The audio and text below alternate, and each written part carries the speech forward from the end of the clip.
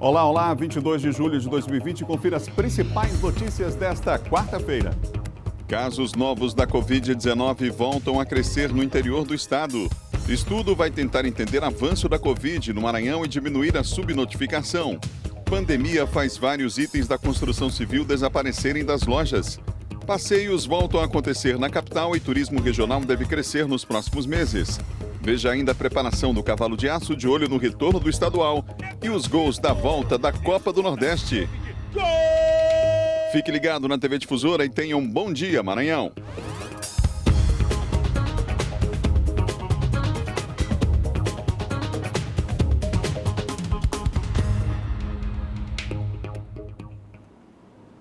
Mas se depender da gente, você vai ter sim uma excelente quarta-feira. Esse é o desejo de toda a nossa equipe aqui do Sistema Difusora de Comunicação. Estamos juntos mais uma vez, unindo todo o Maranhão com muita informação. Até às 8 horas da manhã, a informação não para aqui na TV Difusora, quando chega o primeiro impacto com o Marcão do Povo. Então fica ligado com a gente, vem comigo. Daqui a pouquinho o Silvan vai voltar para trazer os principais destaques da área de segurança. Na madrugada foi complicada, essa madrugada lá em Imperatriz, com possíveis integrantes aí de uma facção criminosa que incendiaram um ônibus e tentaram incendiar inclusive uma escola também. A gente vai mostrar já já as imagens para você com o Paulo Negrão. Daqui a pouco a Imperatriz, situação bastante complicada, a polícia já investigando e daqui a pouquinho o Silvan vai atualizar esse assunto para nós aqui, trazendo os principais destaques da área de segurança. John Coutrinho está chegando já já com os bastidores da política, tem movimentação em torno inclusive de candidaturas aí para a Prefeitura de São Luís, dos bastidores dos partidos se articulando para as eleições do mês de novembro, hein?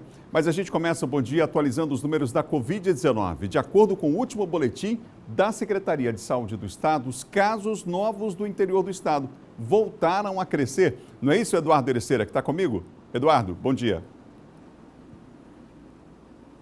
Olá, muito bom dia, Adalberto. Bom dia a todos que acompanham o Bom Dia Maranhão. Pois é, nesses últimos 2 dias, né, na segunda e na terça-feira, hoje quarta-feira, a gente vinha anunciando aí esses casos novos que haviam surgido, tanto aqui na região metropolitana, que já apresenta uma diminuição, mas novos casos vêm surgindo, quanto no município de Imperatriz e nas demais regiões, que é justamente a separação aí que é feita pela Secretaria Estadual de Saúde, até para melhor informar a população e, claro, nós da empresa também, melhor repassar essas informações à população. Nesses 2 últimos dias, segunda e terça-feira, estava abaixo de 1.000, 600 e 400 nesses 2 últimos dias. Agora ultrapassou novamente a marca de 1.000, para você ver como essa questão de casos, novos casos, é muito flutuante. Essa questão dos números e a importância que as pessoas não devem descuidar, justamente pelo crescimento dos novos casos.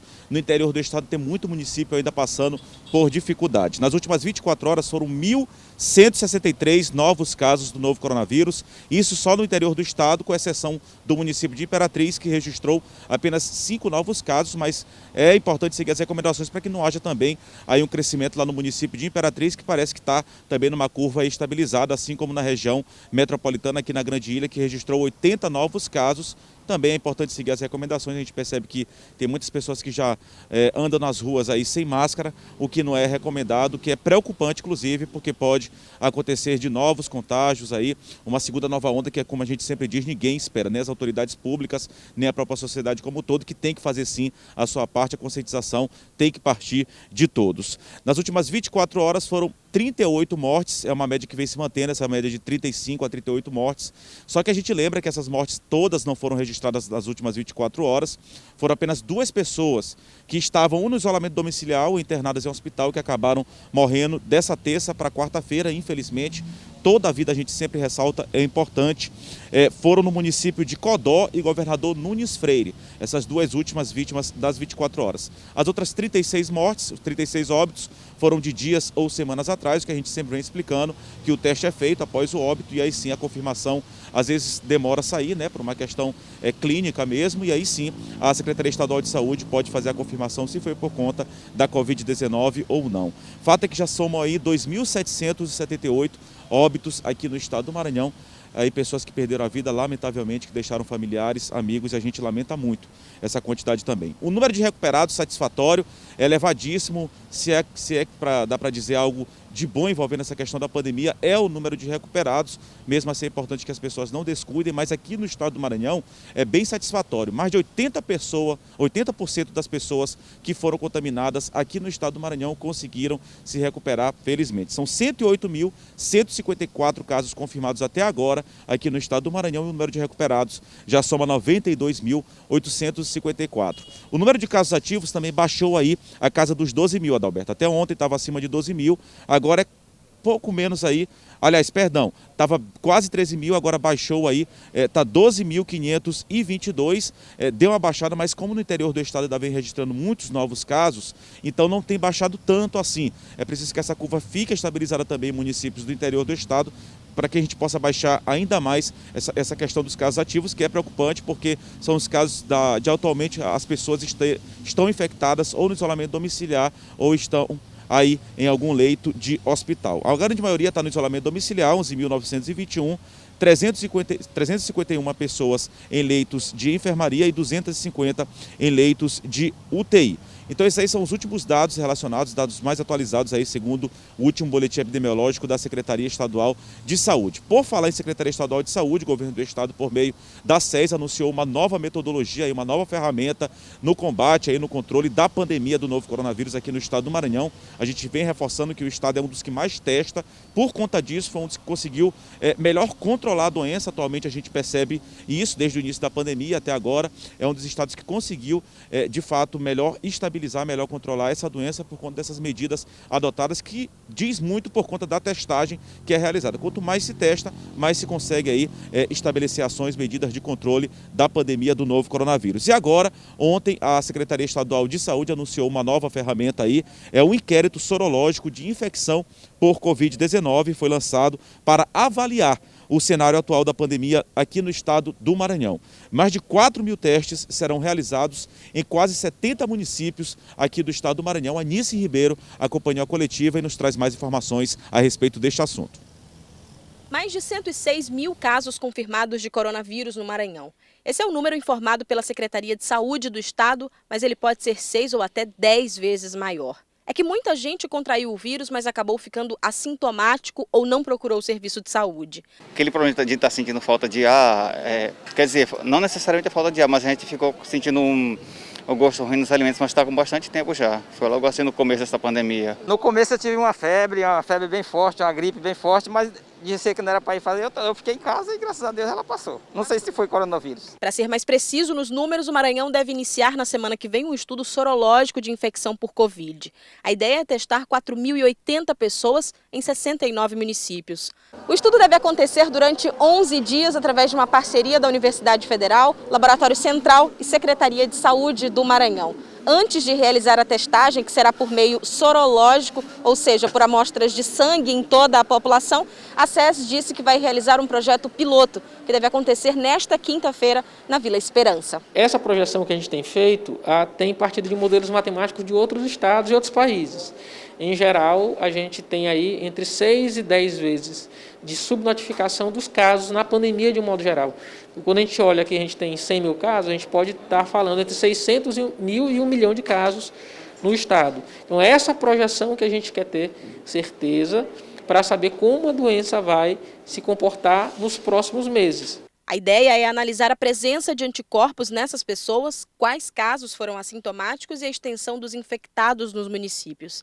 120 pessoas que estão em treinamento vão formar equipes que devem atuar fazendo a coleta de sangue e aplicação de um questionário. O nosso questionário, que será realizado por meio de aplicativo, ele prevê essas perguntas e vai trazer informações para que a gente possa, por meio de modelos matemáticos, estimar, saber como é que pode se comportar o Covid-19 em momentos futuros, daqui a algum tempo. As amostras serão realizadas pelo próprio Laboratório Central do Estado, que vai fornecer uma estimativa mais aproximada do cenário atual da pandemia, o que deve pautar as políticas a partir daqui, já que a situação do Maranhão é de estabilidade, ou seja, nem de crescimento e nem de queda no número de casos. Diminuiu muito a transmissão, mas a doença continua circulando. A gente ainda não teve dia com 0 casos no estado. Tem diminuído dia a dia, mas a doença continua sendo transmitida. Então a gente precisa continuar mantendo cuidado, cautela e precaução. Pois é, Adalberto, telespectadores, está aí então essa coletiva que foi concedida, essa importante ferramenta aí no controle da pandemia, para justamente averiguar, saber em relação a essa questão de casos, aquelas pessoas que já têm anticorpos confirmados, esse estudo sorológico é de extrema importância. O secretário estadual de saúde, só lembrando, o secretário estadual de saúde, Carlos Lula, que deve visitar hoje o município de Balsas, que é um município que vem registrando aí um grande número de casos, principalmente a região sul do estado, vive uma situação bastante complicada. O secretário estadual de saúde, Carlos Lula, viaja hoje ao município de Balsas para saber em loco como é que está a situação também. Claro que há esse controle, esse monitoramento também de todo o estado do Maranhão, mas o secretário vai ver como é que está a situação, principalmente no sul do estado, que vem apresentando novos casos aí, um crescimento, uma curva ainda muito ascendente aqui no estado do Maranhão. Então o secretário visita essa região nesta quarta-feira. Vamos agora aos dados nacionais, Adalberto. 1.367 mortes foram registradas nas últimas 24 horas, 41.008 novos casos, pouco mais de 41 mil novos casos. E aqui a gente chama a atenção que nesses 2 dias anteriores não tinha chegado nem a 30 mil. Agora já ultrapassou o número de 40 mil casos, mais de 41 mil casos, novos casos. Você vê como essa doença se comporta, é bastante complicada essa situação de controle da doença. Um dia registra menos de 30 mil casos confirmados, outro dia sobe para mais de 40, para você ver como a situação é bastante delicada. Totalizamos agora o Brasil como um todo 81.487 óbitos, infelizmente, muitas pessoas que perderam a vida aí para a Covid-19, e o número de casos confirmados, 2.159.654. Deste total, 1.465.970 pessoas, quase 1,5 milhão aí de pessoas já conseguiram vencer a batalha contra a Covid-19. 612.197 pacientes estão em acompanhamento. A taxa de recuperados no Brasil é quase de 68%, aqui é acima de 80%. Quer dizer, aqui no estado do Maranhão tem uma taxa de recuperados maior do que a taxa nacional, como a gente falou aqui na entrada anterior, antes da reportagem. 68% de recuperados, envolvendo casos confirmados do novo coronavírus em todo o país. Essa taxa aqui no Maranhão é acima de 80%, o número de recuperados, que é um número bastante elevado e satisfatório para todos nós, diante de tanta notícia ruim envolvendo essa questão da pandemia. A gente volta com você, Adalberto Melo. Obrigado, Eduardo, pelas informações. Daqui a pouquinho o Eduardo vai voltar ao vivo. Informações para você aqui no Bom Dia. Informação não para, são 7 horas e mais 12 minutos, 7h12. E amanhã aqui no Bom Dia eu vou entrevistar o secretário de Saúde, Carlos Lula, que está na região sul, como disse o Eduardo, está hoje em Balsas em especial, e a gente amanhã vai trazer um balanço de como é que está a situação lá no local e falar também sobre esse estudo, sobre esse projeto aí em relação à sorologia. Tudo isso amanhã ao vivo no Bom Dia. Você confere uma entrevista exclusiva com o secretário de Saúde do Maranhão, fazendo um balanço e atualizando a gente com as principais informações, os próximos passos, inclusive, e os dados que eles têm a respeito da doença da Covid-19 aqui no Maranhão. A pandemia afetou a produção de vários materiais de construção. Os clientes já perceberam que vários itens estão em falta nas lojas. Na loja de Dona Pedrolina, o tijolo sumiu há mais de um mês. O espaço onde o material é guardado está vazio. O que restou foram alguns cacos e só.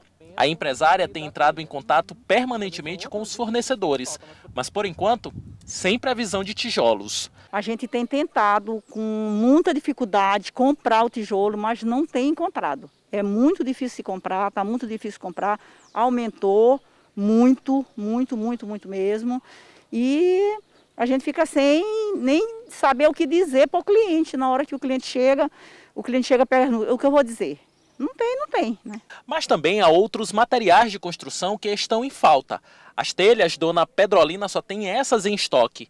Quanto ao cimento, também só sobraram esses sacos.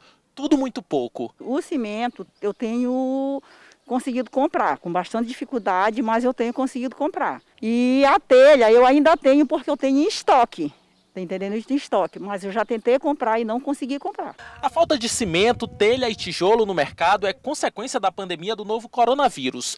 No período mais crítico da doença, os insumos deixaram de ser comprados. Com isso, muitas fábricas reduziram drasticamente as atividades, afetando a produção em larga escala desses materiais.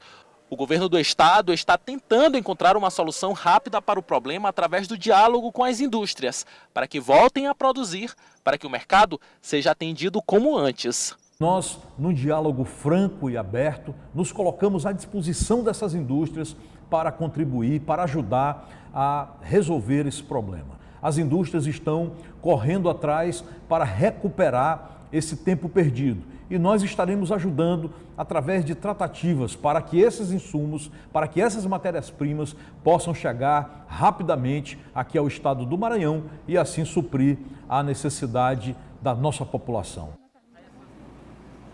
Em Imperatriz, exames e consultas suspensas no período da pandemia já voltaram a ser marcadas. Veja na reportagem de Geisel Nascimento e Francisco Paiva. Será a partir do dia 22 de julho, de acordo com o decreto municipal, levando em consideração a pandemia do novo coronavírus. Esse retorno vai acontecer de forma reduzida, com os atendimentos de consultas e exames. Vamos retornar agora dia 22, com todo o cuidado, com toda a prevenção, para não ter aglomeração, porque a gente sabe que o vírus ainda permanece entre nós. Serão priorizados pacientes inseridos no banco de dados do sistema na lista de espera do cartão SUS. O atendimento geral ao público retornará a partir do dia 3 de agosto. Também de forma reduzida, os 15 municípios da regional que compõem Imperatriz será a partir do dia 15 de agosto. As unidades básicas de saúde estavam atendendo somente casos ativos, os atendimentos de urgência e emergência. Exames e consultas especializadas foram interrompidas por conta da Covid-19. A coordenadora de atenção básica de saúde explica que todas as UBSs irão seguir todas as recomendações e orientações da Organização Mundial de Saúde para evitar aglomerações e o avanço da doença. Mas apenas 2 unidades não farão esse tipo de atendimento. São em 17 postos de saúde, exceto em 2 que não vai fornecer, oferecer esse serviço, porque são referentes para o Covid, que é o Milton Lopes e Cafeteira.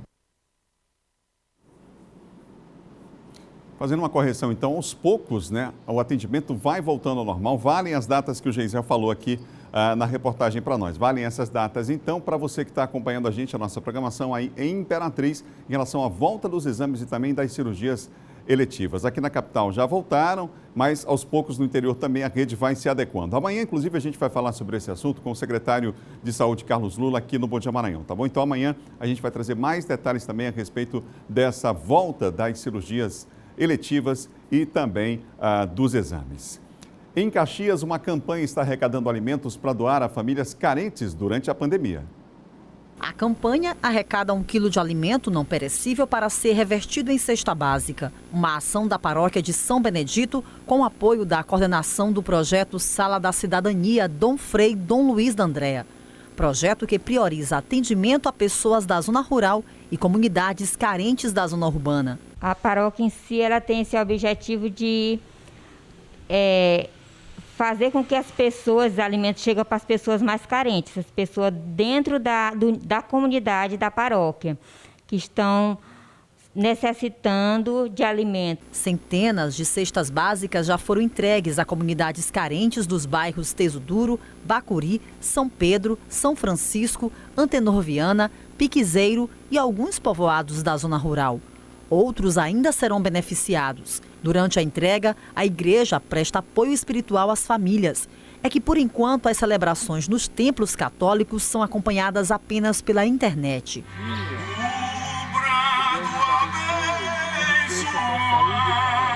As doações de alimentos devem ser entregues na Secretaria da Paróquia, na Rua Manuel Gonçalves, ao lado da Igreja de São Benedito, no horário de 9 da manhã ao meio-dia, de segunda a sexta-feira. A paróquia está pedindo essa doação, essa contribuição para todos os fiéis que possam colaborar para fazer essa cesta básica para ajudar essas pessoas carentes. Confira agora o nosso giro de notícias. O plenário da Câmara dos Deputados aprovou em primeiro turno, por 499 votos favoráveis e 7 contrários, a proposta de emenda à Constituição que torna o Fundo de Manutenção e Desenvolvimento da Educação Básica e de Valorização dos Profissionais da Educação permanente. Por se tratar de uma PEC, o texto precisa ser aprovado por 3/5 dos deputados, o correspondente a 308 votos favoráveis em 2 turnos de votação. Em seguida, o texto segue para apreciação no Senado, onde também deve ser analisado em 2 turnos. A Agência Nacional de Energia Elétrica decidiu manter a proibição do corte de energia por falta de pagamento de consumidores de baixa renda. Além disso, residências cujo fornecimento de energia seja fundamental para a preservação da vida também continuam com corte de energia proibido. A decisão vem com a revisão de uma resolução normativa de março. Na ocasião, todas as residências urbanas e rurais inadimplentes não poderiam ter a luz cortada. A partir de 1º de agosto, essa restrição será reduzida e vai vigorar até 31 de dezembro. Atualmente, o Centro de Hematologia e Hemoterapia do Maranhão, localizado no bairro da Jordoa, possui apenas 59 bolsas de sangue em seu estoque, considerado um nível muito baixo. O ideal para manter um estoque mínimo seria de 270 bolsas diárias. Segundo a Secretaria de Estado da Saúde, o Hemomar em São Luís recebeu 13.183 doações no período de 1º de março a 21 de julho. As bolsas de sangue são destinadas a pacientes que se submetem a tratamentos e intervenções médicas de grande porte e complexidade, como transfusões, transplantes, procedimentos oncológicos e cirurgias. As inscrições do Fundo de Financiamento Estudantil 2022 foram adiadas e um novo cronograma será divulgado pelo Ministério da Educação. O período estava previsto para começar nesta terça-feira, com prazo final na próxima sexta-feira, dia 24. O FIES é um programa federal que financia mensalidades em instituições privadas de ensino superior. Os estudantes devem pagar o financiamento após o fim das graduações. No próximo bloco, o Silva Alves atualiza os principais assuntos da área de segurança, com destaque, infelizmente, para a madrugada de ataques em uma escola e um ônibus lá em Imperatriz. E mais, Caixa bloqueia contas da poupança social por suspeita de fraude. São 7h21. Nós voltamos já já.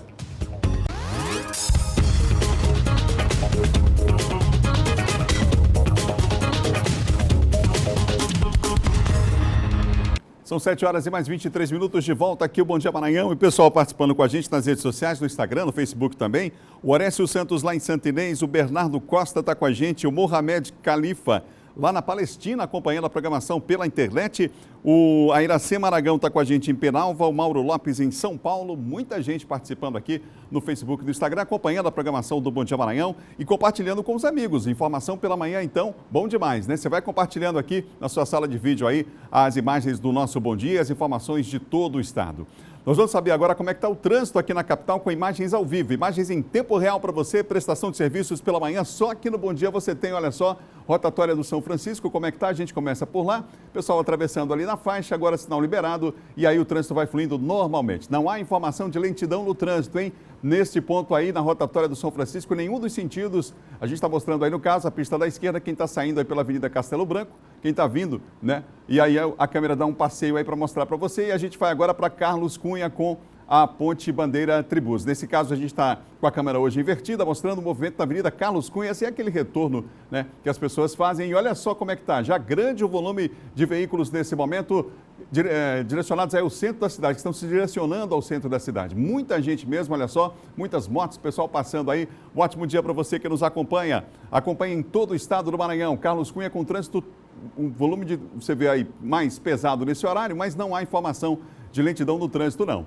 Na Avenida Daniel de Latouche, com holandeses, essa é a rotatória do lado da pista da esquerda, pessoal que vem do Araçagi, do Olho d'Água, da região aí das praias, e você observa no detalhe que nesse momento o trânsito é até tranquilo para o horário nesse ponto aí da cidade, hein? Não há informação de nenhum acidente nesta avenida, pelo menos por enquanto, essa é a informação que a nossa produção recebe, portanto, a gente fica aqui informando você sobre o trânsito e não há nenhum registro de acidentes nesse ponto. Olha que imagem linda, gente. Cheia a maré, o sol brilha na Ilha do Amor. O nosso querido voador aqui está balançando a cabeça, dizendo que gostou muito dessa imagem. São duas pistas liberadas no sentido centro, olha aí, ó. E uma pista no sentido contrário, no sentido São Francisco. Bela imagem com o sol brilhando forte já e o calor, com certeza, nessa época do ano aqui na ilha. Imagem em tempo real você tem do trânsito, não há informação de acidentes na ponte, nem na ponte José Sarney, nem na ponte do Jaracati, as duas principais pontes aí na nossa Ilha do Amor, que ligam aí, né, principalmente a região central aos outros bairros da cidade. Informação em tempo real para você, imagens em tempo real, informação, prestação de serviço aqui no Bom Dia para você na TV Difusora. São 7h26. Vamos falar de segurança agora, porque bandidos atearam fogo em um ônibus em Imperatriz e os detalhes a gente tem agora com Paulo Negrão. Nós estamos aqui na avenida de acesso ao Bom Jesus, aqui na frente o efetivo da Polícia Militar, o trânsito aqui parado parcialmente, as pessoas aguardando, a Polícia Militar atendendo uma ocorrência, o Corpo de Bombeiros e um ônibus ali de transporte passageiro em chamas, né? A Polícia Militar manteve aqui o recuo do acesso das pessoas para evitar uma situação. O ônibus está em chamas aqui no local, a ABT do Corpo de Bombeiros e 2 viaturas, aliás, uma da Polícia Militar e uma outra do próprio Bombeiros, já aqui no local, secreta, fazendo, né, apagando as chamas ali. A gente mantém uma certa distância porque é um ônibus, naturalmente, tem combustível, isso pode gerar uma situação, né, de explosão. A gente consegue perceber que parte das chamas já foram contidas, mas ainda há chamas ali na frente, provavelmente na área do motor, mangueira, combustível. Como era a última viagem, é de praxe, encerra no ponto final. Eu estava com itinerário de garagem e estava indo realmente para a garagem para encerrar meu turno de trabalho. Aí eu chego aqui, uma pessoa, um moço pediu parada, pronto. Não sou obrigado a parar, mas como é de praxe, quando é um passageiro de conhecimento da gente, a gente para, porque por um motivo ou outro deve ter ficado de pé, não é? Mas eu não reconheci e não ia parar. Quando eu diminuí, aí o do revólver já entrou na frente do ônibus, aí mudou, a configuração da coisa mudou, né? Aí eu fui e parei, aí 2 subiu já com os galões, falando no dinheiro e tocar fogo no ônibus e no celular.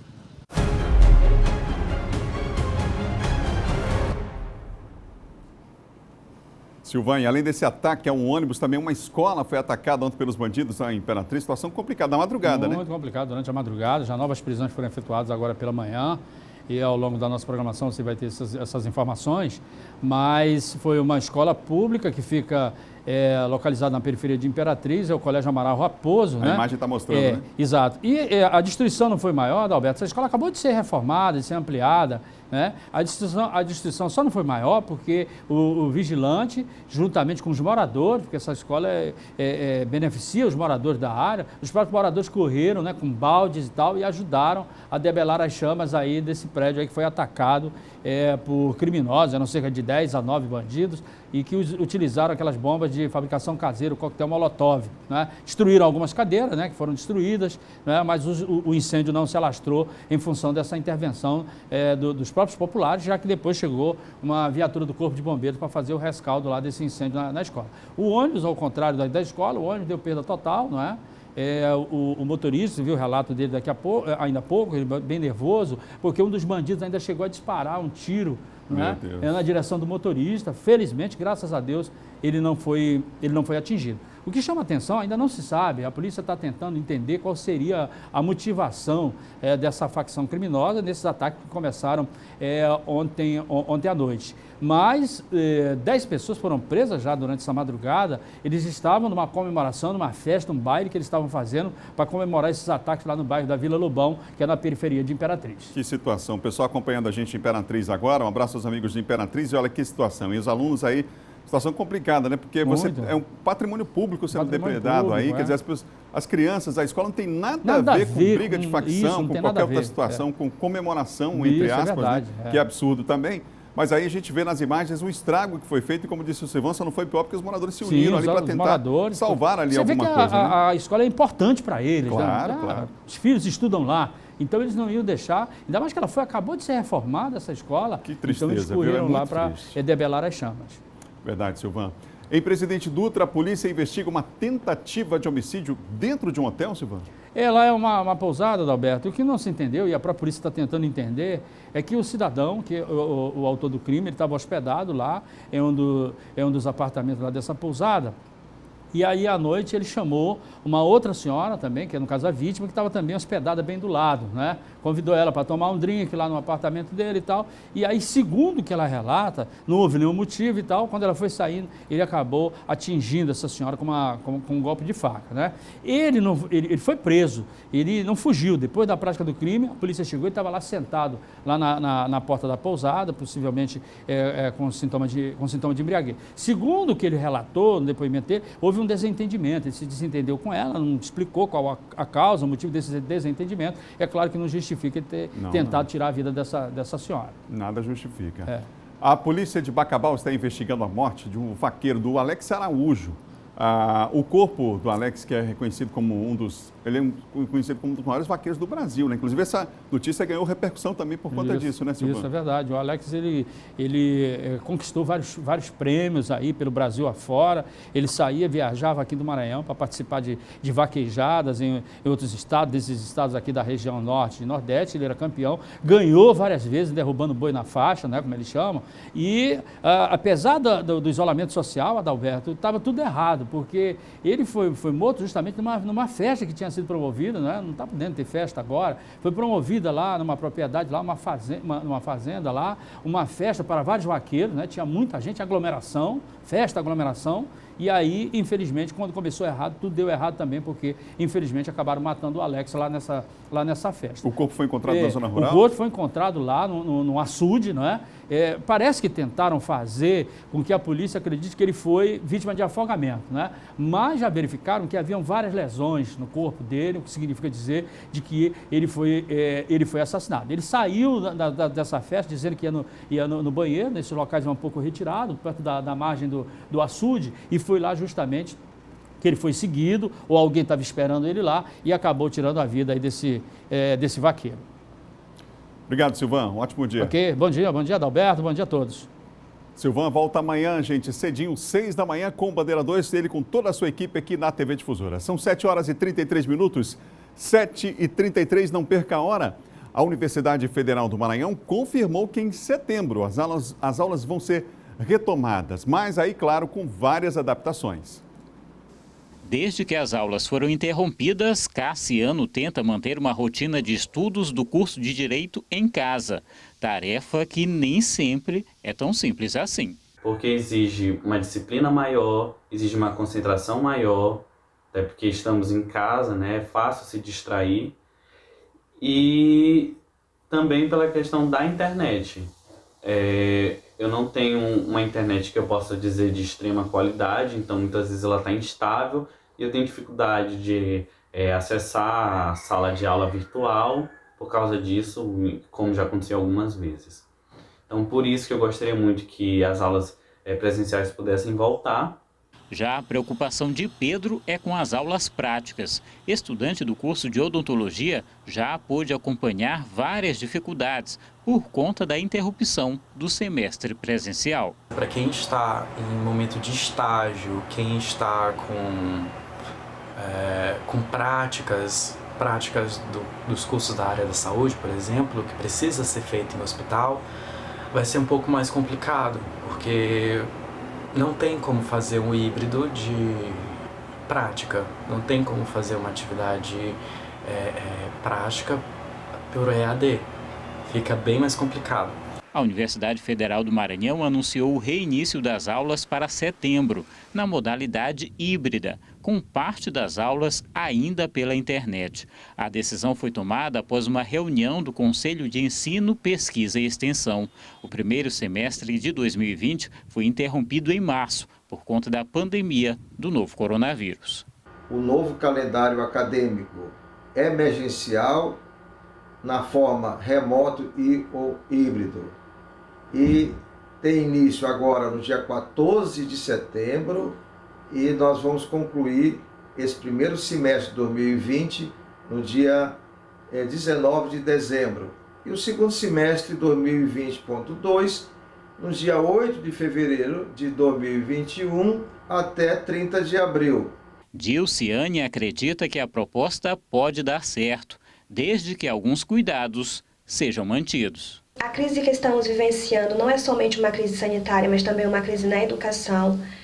E isso se intensificou muito pelo fato de nem todos os alunos estarem preparados, possuírem os recursos necessários para terem aula 100% EAD. Então eu acredito que com a retomada das aulas, seguindo o novo calendário proposto pela universidade, existe a possibilidade de amenizar os impactos que estamos sofrendo. Período de adaptação para todo mundo, né? Professores, alunos, técnicos também. São 7 horas e 36 minutos. A Iracema Aragão está comigo em Penalva, o Mauro Lopes em São Paulo, também a Joana Medeiros está com a gente, mandando um abraço para toda a equipe aqui do Bom Dia. A Caixa bloqueou contas da poupança social por suspeitas de fraude. Os detalhes com Eduardo Eliceira. A Caixa chegou a informar, Eduardo, quantas contas aí estão nessa situação? Pois é, Adalberto. Olha, exatamente o número exato, o presidente da Caixa Econômica Federal, Pedro Guimarães, não informou, mas ele declarou que são centenas de milhares de benefícios que foram bloqueados, quer dizer, pessoas que não se adequavam àqueles critérios que já foram informados pelo governo federal. Claro que a gente sabe que a dificuldade econômica neste momento no país é para quem está empregado, mas haviam critérios aí, principalmente para aquelas pessoas que tiveram comprometimento na questão trabalhista e por conta disso receberiam esse auxílio emergencial. Então tiveram centenas de milhares, segundo informou o próprio presidente da Caixa Econômica Federal, Pedro Guimarães, aí que tiveram esse bloqueio por conta de suspeita de fraude e não vão poder, por conta desse bloqueio, não vão poder fazer o saque aí dos R$600 a partir do momento que foi detectado essa fraude, algum tipo de problema, suspeita aí de fraude nessas contas. Os usuários do aplicativo Caixa Tem, usado para movimentar a conta, devem se apresentar em uma agência bancária com documento de identidade para regularizar o cadastro. Segundo a Caixa, a área de segurança do banco monitora continuamente as contas e os acessos e, em caso de suspeita, realiza o bloqueio preventivo. A partir de hoje, é aberta uma nova etapa aí desse pagamento do auxílio emergencial. Tem gente que vai receber a primeira parcela a partir de agora. Claro que essa análise é feita aí pela Caixa Econômica Federal e aí sim, só aí, a partir daí, por meio do Ministério da Fazenda, enfim, o governo federal, e aí sim pode se fazer essa liberação desse auxílio. São brasileiros que fizeram cadastro entre 17 de junho e 2 de julho, quer dizer, já na etapa final, são 721.337 pessoas, é muita gente, portanto, mais de 721 mil pessoas que vão receber agora a primeira parcela. Tiveram o cadastro aprovado finalmente, essas pessoas que estão necessitando, boa parte dos brasileiros, como a gente disse, está precisando por conta da pandemia, e mais de 721 mil vão receber a primeira parcela a partir de agora. E aí, de forma escalonada, aquelas pessoas que nasceram, primeiramente, a partir de hoje, 22 de julho, aquelas pessoas que nasceram no mês de janeiro, e aí, sucessivamente, quem nasceu no mês de fevereiro vai receber no dia 24 de julho, março, 29 de julho, abril, 31 de julho, maio, no dia 31 de julho, em maio, 5 de agosto, em junho, 7 de agosto, em julho, 12 de agosto, em agosto, 14 de agosto, em setembro, 17 de agosto, em outubro, 19 de agosto, em novembro, 21 de agosto, até finalizar aí todos os meses, em dezembro, aí vai receber no último dia, então, de agosto, pagamento feito de forma escalonada, de acordo com o mês de aniversário desse auxílio emergencial, uma grande parcela da população, mais de 721 mil brasileiros que tiveram agora a aprovação do cadastro pagamento a partir de hoje para aquelas pessoas nascidas no mês de janeiro. A gente volta com você, Adalberto Melo, desejando uma ótima quarta-feira a todos. Boa quarta-feira, Eduardo, para você e para todo mundo. São 7 horas e 39 minutos, 7h39. Chegou aquela hora que a gente faz aqui no Bloco 2 uma pergunta que você já sabe. Vamos ver na tela aqui? Será que vai chover hoje, gente? São Luís com céu parcialmente nublado, possibilidade de chuva assim isolada. Geralmente está chovendo ali no fim da tarde, né? Mínima de 24, máxima de 32 graus. A chuva o pessoal já espera, fica preocupada com a ventania, né? Em Imperatriz, céu parcialmente nublado, baixa probabilidade de chuva, 21 de mínima, 35 de máxima e a sensação térmica apontando ali dos 40, né? Caxias com céu parcialmente nublado, baixa probabilidade de chuva, mínima de 25, máxima de 34 graus. Tem mais 3 cidades para a gente mostrar para você. A parceria com o LabMed, que é o Laboratório de Meteorologia da Universidade Estadual do Maranhão. São os nossos pesquisadores, valorizando aqui a prata da casa, os maranhenses. Lá em Carolina, céu parcialmente nublado, baixa probabilidade de chuva. Mínima de 20 graus, máxima de 34. Colinas hoje com céu parcialmente nublado, baixa probabilidade de chuva também. Um abraço aos amigos aí em Colinas, acompanhando a nossa programação. Mínima de 20, máxima de 35, muito quente hoje lá em Colinas também. Lá em São Bento, dá para a galera dar aquele mergulho no rio, dá uma, né, na hora do calor. Olha só, em São Bento, céu parcialmente nublado, possibilidade de chuva sim, mas uma chuva isolada lá em São Bento. Mínima de 25, máxima de 32 graus. Galera, dá um mergulho lá no Poção para dar uma aliviada, né, voador? É isso aí. Próximo bloco, a retomada dos treinos do Cavalo de Aço e os gols da volta da Copa do Nordeste. Teve virada ontem, lá em Salvador. Veja também o quadro de política. O Donato Fernandes deve ser o vice na chapa de Rubem Júnior, assunto para John Country no quadro de política depois do intervalo. 7h41 agora.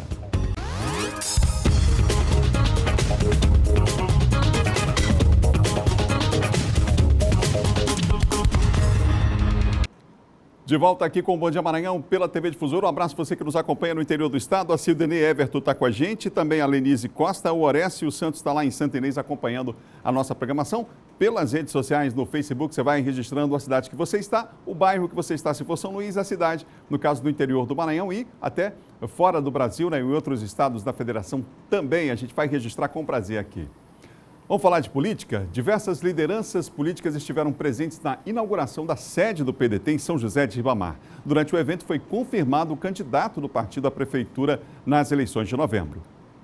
Na entrada, todas as pessoas tiveram a temperatura corporal aferida e higienizaram as mãos com álcool em gel. Protocolos de segurança que visam combater a Covid-19. A inauguração do Diretório Municipal do PDT em São José de Ribamar reuniu figuras representativas da política no estado. Entre elas, o líder do partido na Câmara Municipal de São Luís, Ivaldo Rodrigues. Historicamente, nós sempre tivemos uma atuação política muito grande aqui em Ribamar. O PDT sempre foi muito forte aqui. Nós reestruturamos o partido no sentido que a gente possa ter candidatura própria e vencer as eleições aqui. Nas eleições de 2020, o PDT terá candidatura própria concorrendo à Prefeitura de São José de Ribamar. J. Pinto, que é presidente do diretório, foi o escolhido para ser o pré-candidato. Projeto que já conta com o apoio de outros 4 importantes partidos: PCdoB, Democratas, Partido da Mulher Brasileira e Rede Sustentabilidade. O PDT já existia, mas não tinha uma sede onde os movimentos, a instância do partido poderiam se organizar, fazer suas reuniões. O objetivo dessa sede é que nós possamos receber aqui as lideranças não só do partido, mas dos partidos do campo de apoio, como também os movimentos e os segmentos dessa cidade. Aqui será uma casa de debate político, onde vamos trabalhar, sempre discutindo as políticas públicas para a cidade de Ribamar. Presente na solenidade, o senador Everton destacou de que maneira o diretório do PDT irá contribuir com a população de uma das cidades mais importantes do Maranhão. No momento de crise que nós estamos vivendo, pós-pandemia, tem a crise mais grave ainda, que é a econômica. Desemprego grande, a juventude precisando de oportunidade, o trabalhador precisando de qualificação, o nosso pequeno empresário e o microempreendedor precisando também de atenção. Então, o que eu tenho conversado com o J. Pinto, o nosso projeto não é ganhar a Prefeitura de Ribamar, é ter um prefeito que ele é o nosso candidato, ter um prefeito que pense o futuro. E nós vamos estar juntos lá em Brasília, de mãos dadas, para trabalhar esse futuro. E é necessário que a gente faça essa formação aqui, conversando, ouvindo as pessoas.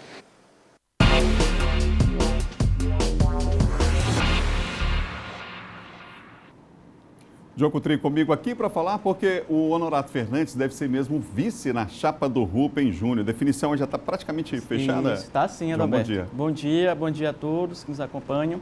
É isso mesmo, aquele que nós antecipamos, a chapa PT-PCdoB, praticamente fechada, e até o dia 2 de agosto, Adalberto, que deve ser aí a convenção, né, a reunião do PT, já deve ser anunciado o vereador de São Luís do PT, Honorato Fernandes, como vice do Rubens Pereira Júnior do PCdoB. Então, chapa aí, PCdoB encabeçando com Rubens Pereira Júnior e PT indicando o vice, que deve ser o vereador Honorato Fernandes. As conversações já estão bem adiantadas.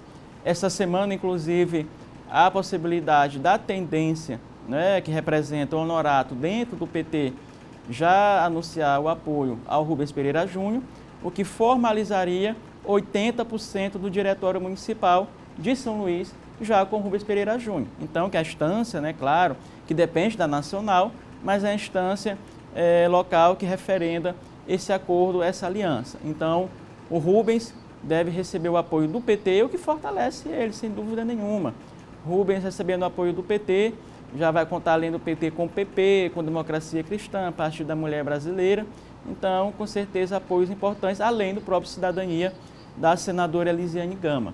Então, é um apoio que reforça essa chapa aí entre o Rubens e o Honorato. O Honorato, que é vereador, vai sair para ser o vice, e o PT espera aí eleger com outras filiações. Ele já está montando um partido, inclusive, segundo ele, para eleger 2 vereadores do PT aqui em São Luís. Okay. Então, tudo certo, apesar de não ter nada oficializado, mas já tudo encaminhado até o dia 2 de agosto e será oficializada essa chapa PT, PCdoB, Rubens Pereira Júnior e vereador Norato Fernandes. A gente tem uma foto do Rubens Júnior com o Márcio Gerri, que é uma imagem. Isso. E aí está definido realmente que o Márcio vai coordenar a campanha. Como é que vai funcionar isso? Qual é a informação que você tem, John? Isso mesmo, Adalberto. O PCdoB, é simbólico isso. Por que é simbólico? O deputado federal Márcio Gerri, presidente estadual do PCdoB, ele como coordenador de campanha do Rubens. O PCdoB entra com tudo de cabeça na campanha do Rubens. Para lembrar, o Márcio Gerri foi o coordenador da campanha das 2 campanhas do prefeito Edivaldo, lá aqui em São Luís, que contaram com o apoio do governador Flávio Dino e do PCdoB, e também das 2 campanhas vitoriosas do governador Flávio Dino. Então, o Márcio já tem toda uma experiência, já conhece o métier, já sabe trabalhar eleições, coordenação. Então, quando ele é anunciado coordenador da campanha do Rubens Pereira Júnior, primeiro, que o Rubens não vai desistir então, né? Porque comentava-se que o Rubens Júnior poderia recuar. Então, quando o Márcio entra aí na campanha, primeiro ponto é que ele não vai mais desistir, tudo indica isso. E segundo ponto, o PCdoB entra mesmo com força de cabeça na campanha do Rubens Pereira Júnior. O Márcio, claro, todo mundo associa logo ele ao governador Flávio Dino. Então, assumindo a coordenação do Rubens, a tendência é que o Rubens possa ganhar mais força, mais musculatura política a partir dos próximos dias. John, rapidinho, o Felipe Camarão ratificou apoio ao Neto Evangelista? O Felipe Camarão, que é do Democratas, um dos principais secretários do governador Flávio Dino, ele é secretário de Educação, ele diz o seguinte, que é do Democratas, o Neto Evangelista é do Democratas, pré-candidato a prefeito, e ele está apoiando o Neto não só porque é filiado ao Democratas, mas também porque ele disse ontem, a ponto e vírgula, aqui na Difusora FM no final da tarde, o Camarão disse que todos os passos dele, decisões dele, são tomadas em comum acordo com o governador Flávio Dino. Então, isso quer dizer o seguinte, que o governador Flávio Dino, mesmo tendo parte dele candidato, liberou o Felipe Camarão para apoiar a candidatura do Neto Evangelista. Obrigado, João. Até amanhã. Até amanhã. João Coutrinho, da política a gente vira a chave e vai para o esporte, porque é hora de falar da Copa do Nordeste.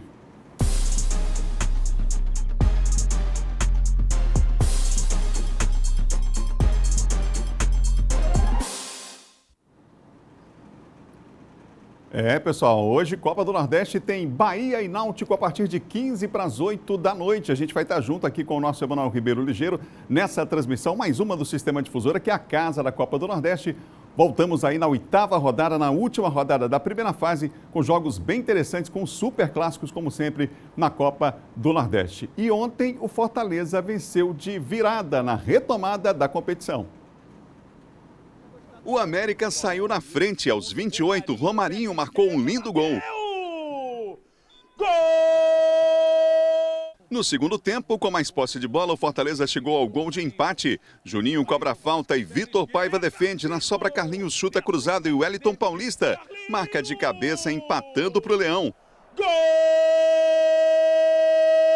O gol da vitória vem nessa jogada aos 34 minutos. Oswaldo recebe em velocidade, avança pela esquerda, cruza na área. E Wellington de cabeça marca outra vez. Gol!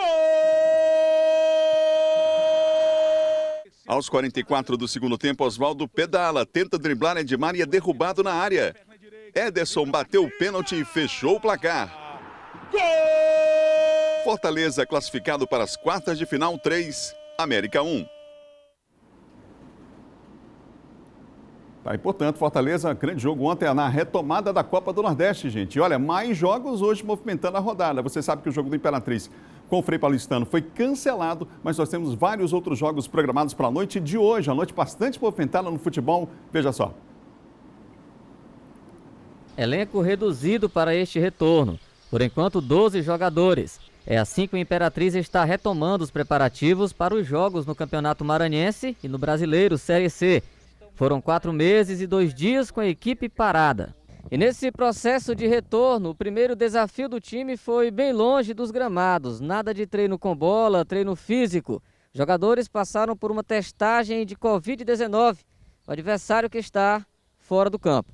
Foi uma maratona de testagem na tarde da última segunda-feira, com jogadores, funcionários do clube e comissão técnica. Até o técnico Paulinho Kobayashi não escapou da furada no dedo.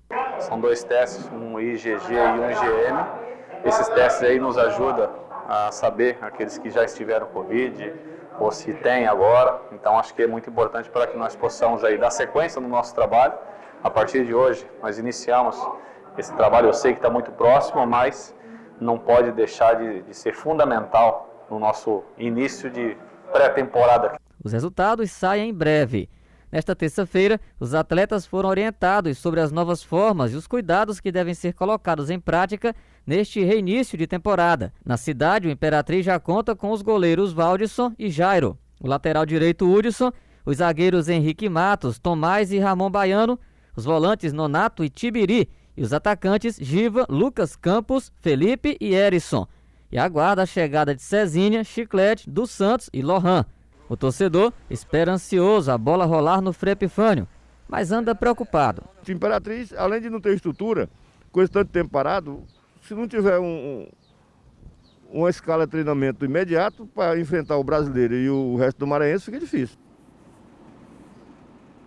É importante você ver a reportagem do Imperatriz se preparando aí para a retomada do Campeonato Maranhense de Futebol, que volta no comecinho do mês de agosto, data já reservada, já definida. Os clubes estão voltando aos poucos. Das 8 equipes aí nós temos 5 equipes já treinando e treinando firme aí para a volta do Campeonato Estadual. O Sampaio já voltou, o Moto também, já fizeram teste aí da Covid-19, já estão na fase de treinamento com bola. A gente não tem acesso ao local de treinamento dos clubes por uma questão de protocolo aí de segurança sanitária, mas as equipes já estão voltando aos poucos ao normal com o Campeonato Maranhense de Futebol. Agora sim, a gente volta a falar de Copa do Nordeste, a gente fala dos jogos de hoje programados, gente. O Fortaleza abriu a rodada, você viu aí, vencendo o América de Natal por 3-1. E aqui estão os outros jogos da rodada. Olha só, a equipe do Sport vai jogar contra o Confiança, 8 da noite, todos os jogos 8 da noite. O Sport pega o Confiança, todas as partidas disputadas, eu repito, na Bahia, sede única, portanto. O time do ABC vai enfrentar o CRB de Alagoas, no Clássico das Letrinhas, aí no caso o time de Natal, o time Potiguar, contra uma equipe alagoana. O CRB enfrenta o Ceará. Essas equipes aí têm chances de classificação e, portanto, a disputa vai acontecendo aí de forma acirrada. Por isso, a necessidade deles viajarem para a Bahia para definir essa última rodada aí, quem vai realmente se classificar para as quartas de final. O jogo que você vê à direita aí, o escudo está lá do Bahia, muitos torcedores do Bahia aqui no estado hoje acompanhando Bahia e Náutico, vários pernambucanos, baianos também acompanhando a nossa programação e você, claro, que gosta do bom futebol, mais um super clássico, essas duas equipes já estão classificadas. O Botafogo pega o Vitória, também 8 horas da noite hoje, e a equipe do River enfrenta o Santa Cruz, são jogos programados para hoje. Aí embaixo você vê Frei Paulistano e a equipe do Imperatriz. O jogo foi cancelado por motivos óbvios. Foi cancelado esse jogo exatamente porque não havia nenhuma necessidade das duas equipes viajarem para a Bahia, sendo que elas não tinham mais chance nenhuma de classificação. Portanto, hoje nós vamos conhecer as equipes que passam para a fase seguinte, para a segunda fase da Copa do Nordeste, as equipes que seguem em frente e vão para as quartas de final dessa importante competição, a maior competição regional do país no primeiro semestre, agora, claro, acontecendo no segundo semestre por conta da pandemia, mas com todo o rigor. A gente vai ver hoje como é que é a situação. Não tem torcedor no estádio, todo o cuidado, o protocolo que foi tomado, o uso de máscaras em determinados momentos, o cuidado no vestiário, a atenção à saúde fundamental nesse período em especial, né, gente? Com os atletas também, são profissionais e a gente vai ver toda essa mudança também a partir de hoje, 15 para as 8 da noite, ao vivo, nessa transmissão da TV Difusora, que é a Casa da Copa do Nordeste. Bom dia, termina agora. Outras notícias você confere no nosso portal MA10, hoje 15 para as 9, transmissão da Copa do Nordeste. Amanhã aqui no Bom Dia, entrevista com o secretário de Saúde, Carlos Lula. Você não pode perder, atualizando tudo, falando tudo sobre esse teste que vai ser feito aí, a testagem sorológica da população e outras informações. Amanhã a gente se encontra. Tchau, tchau.